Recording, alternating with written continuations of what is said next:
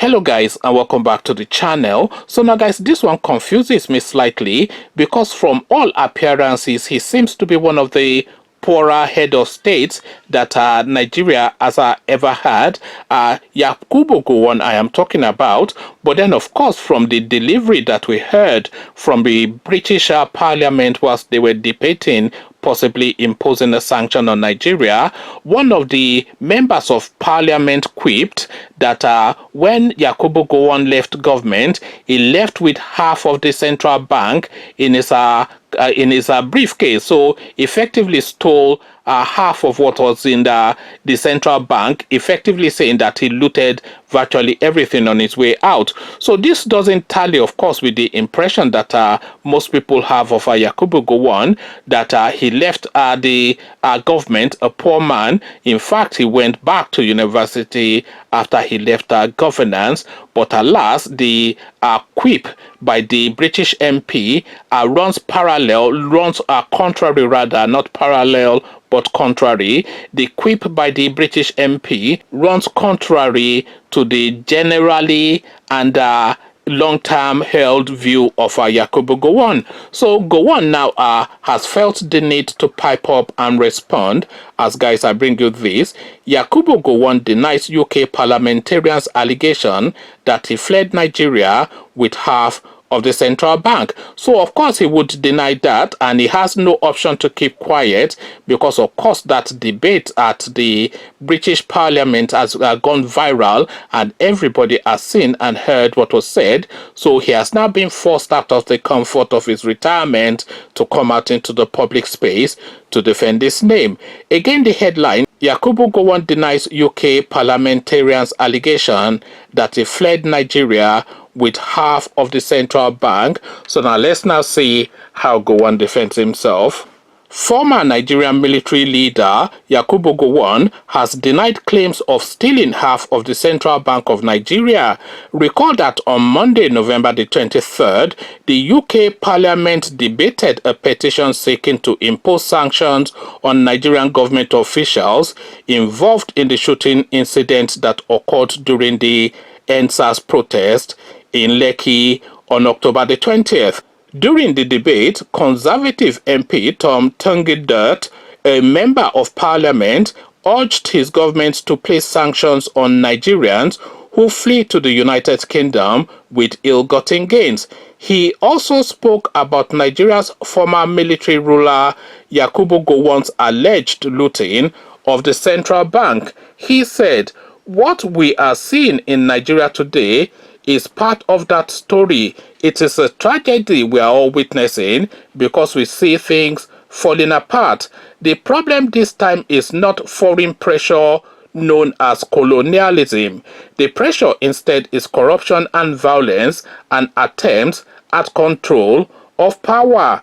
We need to call out the corruption. We need to use the powers that we have in this country to stop those who are profiting from the wealth of that great nation and hiding it here." Now, some people will remember when General Gowon left Nigeria, he took half of the central bank, so it is said, and moved to London. We know today, even now, in this great city of ours, there are sadly some people who have taken the wealth of Nigerian people and hidden their ill-gotten gains here. We know that our banks sadly have been used for that profit and that illegal transfer of assets, and that means that the UK is in a unique position in being able to actually do something to really exert pressure on those who have robbed Nigerians. However, in an exclusive interview with the BBC, Gowon describes the allegations as rubbish. What the MP said is rubbish. I don't know where he got that rubbish from. I served Nigeria diligently and my records are there for all to see.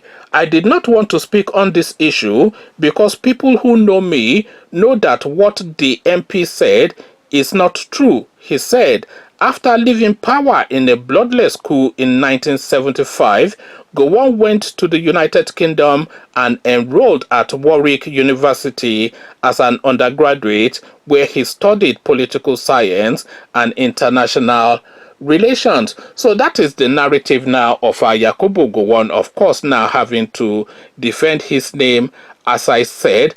But then, of course, why would this British MP say this is the first question. So is this a fable that he has heard? Because this MP now, he looks too young to have been really of any, either been around at that time of the Gowon time, because he looks like a man in his 40s thereabout. So he looks either too young to have been around fully at that time, and if he was around, he would have been of such an age that certainly he would not even know that there was a country called Nigeria, never mind having an understanding of what the politics and the nuances of a space called Nigeria is. So this is information that he has happened upon in the course of his adulthood, shall we just say that. But then, of course, where is he getting that information from? So he would not say these things willy-nilly, and he would not say these things if he had not heard.